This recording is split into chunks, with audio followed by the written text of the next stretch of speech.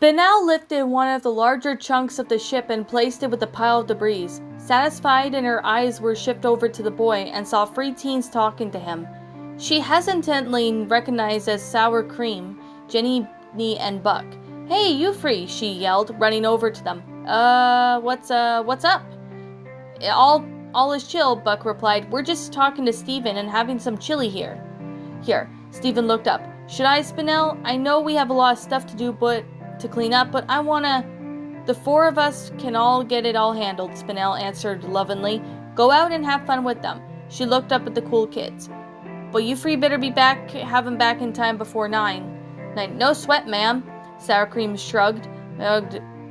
He won't even have a scratch." Spinel nodded and hugged Steven, giving him a kiss on the forehead, with Steven struggling to get out of the protesting. "Hey, stop!" "I love you too, Stevie." It was late, way too late. Spinel was getting increasingly worried, but not too frustrated too. "Ugh, I should have just let him go with those stupid kids," Spinel grumbled, throwing the door open. "No wonder their parents are always bugging them. They just won't listen to them." Shape-shifting into an eagle, she flew up and scanned around the city with good eyesight. At first it all seemed quiet, especially when she got near to the fields, right until she saw Peridot's escape pod. It kept firing off multiple beams and even fired a signal. She even knew it was Peridot. Returning to her original form, Spinel landed on the ground, glaring at the orb. "Peridot, I knew you were still here." She ignored the panic yells from the cool kids, knowing that they knew exactly what they were going to tell them and their parents. "If you're trying to reach homeworld to come here and destroy Earth, how about you think again?" she yelled as she swung her fist at the orb, knocking it to the ground and denting it. Spinel threw herself onto it. "I won't let you harm Earth, or my friends, or Gems, or especially not my baby." She delivered another punch, almost breaking it. "Yo," Buck shouted, "stop!" Spinel ignored him and held up the escape pod up. Her arm was still winding into a spring in an enlarging fist. "Now you're going to space and stay there for good." She then prepared to punch it away. "Wait!" Jenny screamed. "Steven's in there!" Spinel froze, confused of what the girl meant.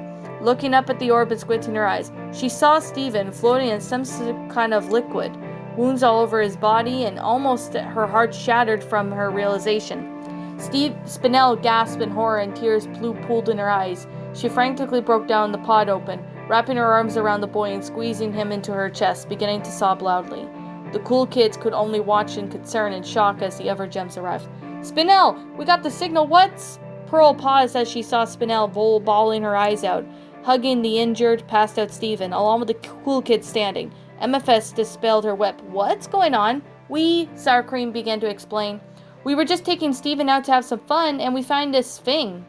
I wanted Steven to go inside for a picture," Jenny confessed it, "but I guess it was still working.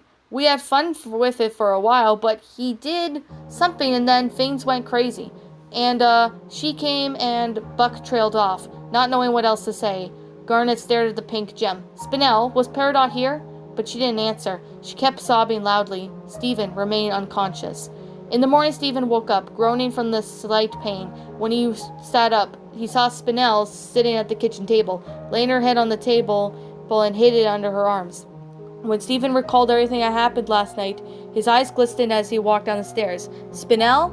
Spinel slowly lifted her head up, not saying a word. Steven walked over closer to her and hugged her from behind. "I'm sorry, and I forgive you." The pink gem's eyes went wide, and tears more fell.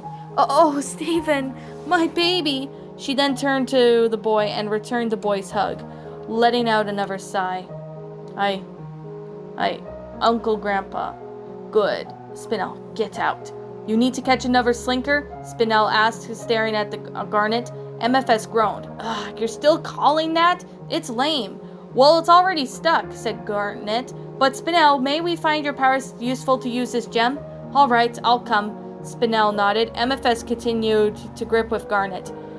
Steven sighed. "All right, let's go find someone else to take this quiz with." Spinel patted his head. "You can do that with me when I come back," she said, grinning, pounding her face into the palm. "The slinker won't even know I was there." MFS, Garnet, and Spinel looked through the trashed-up room, keeping an ear and eye out for the corrupted gem. Waiting to amuse Spinel while looked inside the hole, MFS pulled up a gas mask and laughed. Spinel, look, I'm a witch doctor. But Spinel didn't laugh, even jumping back into the horror when Amethyst let out a skull. Oh, there's a prize inside, look! She shoved the skull up near Spinel, giggling at the pink gem's whimpering and begs for her to stop. Garnet angrily shushed them. Keep it down, and Amethyst, enough scaring her. Spinel nodded, and Amethyst complied with a sigh. Garnet let out a pile of junk down as they kept looking on the ground. Spinel noticed a cat toy giggled slightly as it moved its paw. You know, Amethyst, Steven says like sad apple, lovable but over-emotional at the same time. Amethyst rolled her eyes. Why are you even watching that show with him? You know it's stupid. Steven likes it, Spinel responded, slightly offended, and I'll watch with him if he asks me. Amethyst then turned her body around. Is Steven the only thing on your mind? Because you and I used to be so tight before you became a wreck. The only wreck in your room is yours, Spinel shot back. At least Pearl keeps it clean. Amethyst was about to retort, but a hissing sound was heard. There! Garnet fired her gunlets at the pile of junk where the hissing come from and caused it to explode on impact. Fusion ran up to the junk, smiling, before frowning when she realized that the creature wasn't there. Whoa, Mama!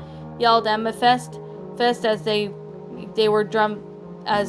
and Spinel ran over. Did you get it? Garnet held up her hands regardless arms. No, her gunlets appeared again. Amethyst was disappointed, hopping back into the junk and looking around. Aw, man, I think my favorite round thing was in there. Garnet sighed and walked away. I'll get you a round thing. As Amethyst continued to complain about her wreck of her own stuff, Spinel noticed a black tentacle over the underpile. Gasping, she reached under to grab it, but swiftly slivered it away, and she looked up. Amethyst, look out! Oh, shut it! Amethyst kicked her junk. I don't need someone else like... The tentacle burst out, curled the purple gem, and squeezed it until she poofed it. Spinel quickly grabbed the gemstone. Both Garnet and Spinel looked around, hearing the slinker hiss and shift around to their vision.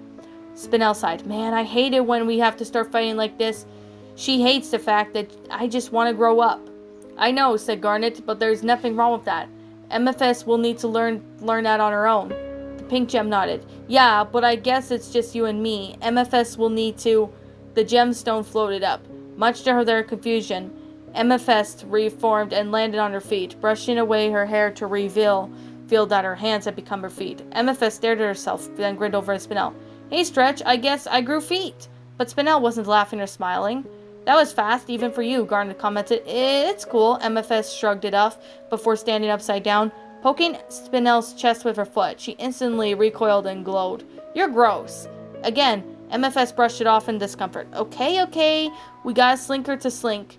She cartwheeled away, but however, Garnet and Spinel shared a glance before they let her face-palmed. A bit later, after some more searching, Amethyst put her foot to her chin. Where should I go if I was a monster? She walked over to a large hole in the walls. Oh, hey, over there, she gestured to the other gems that they ventured in. Spinel walked into the shorter gem. So interesting form, Amethyst. Thanks, Spinel. Never have seen like it. Thanks, Spinel. Want to reform into your proper form? No, thanks, Spinel. No, Amethyst sped up, walking on her all fours. Spinel stopped to see on her path. Gee, how did Amethyst ended up with 4 legs? She rushed to her regeneration. Replied Garnet. She should have taken her time. Oh yeah, she should. At least Pearl put more time and effort into her reformation. That's how it was like for her perfect personality. Agreed. Oh, will you two just shut up about Pearl? Amethyst complained, lifting her hair to reveal her giant ear. You know I can hear you. I'm sorry, but if I'm not Pearl, sorry if it's seriously, out of these gems have to fall for... A black shape fell form above them, crushing into Amethyst in the ground, poofing her again. Amethyst! Spinel shouted worriedly, hopping down the new tunnel, joined by Garnet, who, when they found her gemstone. Want me to take her back to the temple? She awkwardly offered. Garnet shook her head. No, we've already gone too far this time with her room. Hopefully she could take her time to create the proper form. But her gemstone lifted upwards and reformed into Amethyst, except her form more looked like Pearl's. Amethyst turned her head, revealing her pointed hair. What you think, Spinel? Spinel deadpanned. No.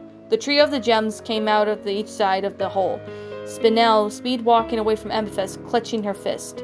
Amethyst bumped into the side to get the gems' attention. Hey, I can't bear to look upon you. You just can't resist. It's not funny, Spinel muttered, especially not when you're making fun of her. Fur. Well, what's the matter, Spinny? Amethyst teased. Don't you love me more than Pearl? Come on, I thought you loved her. Spinel retorted, but then blushed and looked away. Love her as a friend. Garnet frowned. We just need to focus on listening for the creature. Oh, but I can't focus, Amethyst mocked Pearl's voice. All these rocks are different sizes. We'll have to organize them by shape and color. Didn't anyone tell the nature how to look at it?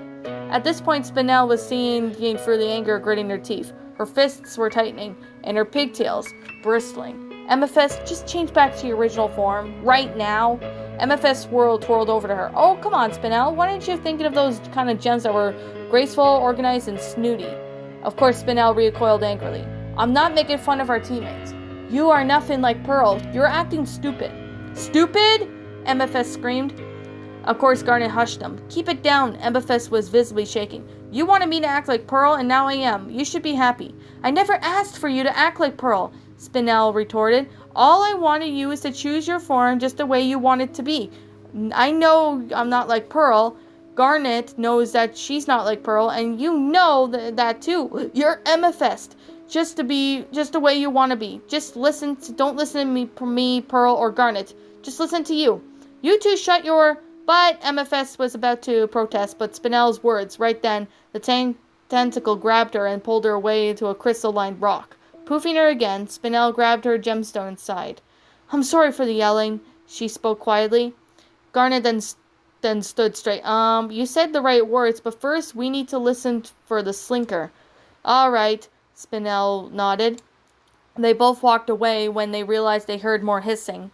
Standing back to back, Garnet and Spinel looked around until Spinel caught a dark shift around the corner of her eye. Stretching her arm out, Spinel dug into the pile of junk, feeling for the creature. However, the tentacle squeezed her arm around her, making her back away from the creature burst out of the junk, gargling. Garnet whispered her head around. Keep it down. I'll handle this. Keeping still, Spinel watched Garnet fire her gunlets at the slinker, this time hitting the target. However, the slinker growled and its larger tentacle wrapped around Garnet, squeezing her tightly, and the fusion poofed, and the other gemstones fell to the ground.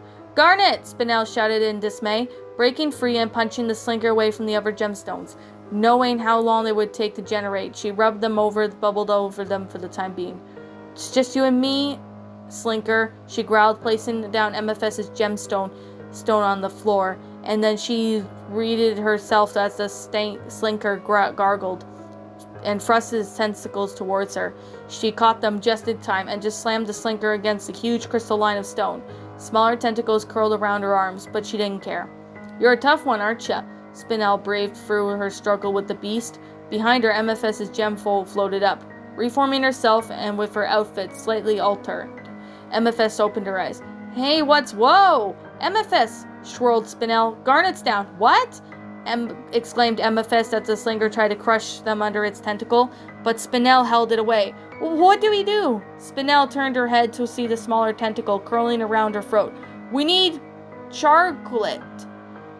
Amethyst's eyes went wide as moons. Are you sure? Yes, I'm sure. We just need to take the slinker down, Amethyst replied hurriedly. Amethyst hesitated for a moment, but quickly ran up to her and her gem glowing as they made contact. Spinel's gem began to glow as well as the lights around them. Slinker gargled and backed away from the light as it faded away, revealing the fusion of Amethyst and Spinel.